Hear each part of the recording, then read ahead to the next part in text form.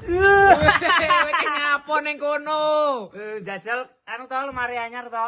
Masa lemarimu anyar ki? Anyar iki. Jajal sepilno. Kang ngene iki lho bane tentang krung-krungi lho ora apa-apa. Beh, jan jos tenan ki berarti kayune. Kayu Kayu apa ngene ki? kok enek sing ngomong ora kayu jati ki. Kok kayu jati iki? Ya kayu jati jelas e. Oh, jan sas tenan to ki? Anyar murah. Ki regane 2 juta 800 ae. Lek murah men. Murah wis kaca delon gek apik kok niki. Jajal sepilno jerone nih. Barangnya halus dan ada 4 sap ini bisa request gantung gitu. Oke. Sampai lo kadri sak niki lho. Wah, ning 2 cm iki 2 mesti. cm, lawange 4 cm. Sas tenan ki. Dan wis enek lokere. Beh, lagi nek nyimpen berkas-berkas ngono ki aman tenan to ki? Aman to, gak ada iwak nyambe ora dipangan semut. Oh, jan sangar tenan. Kene-kene ya enek lho.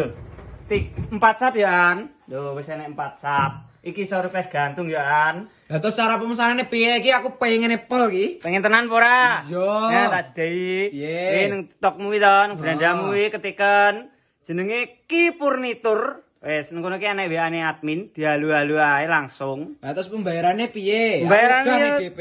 DP piye to? Gawe nek DP nang aku. Gratis ora enek. Gawe nek COD.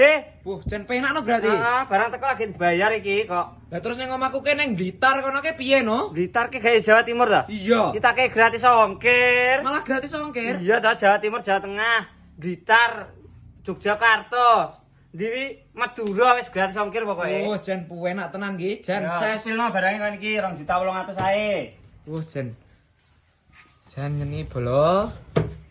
Finishingan 2 kali sing dalam.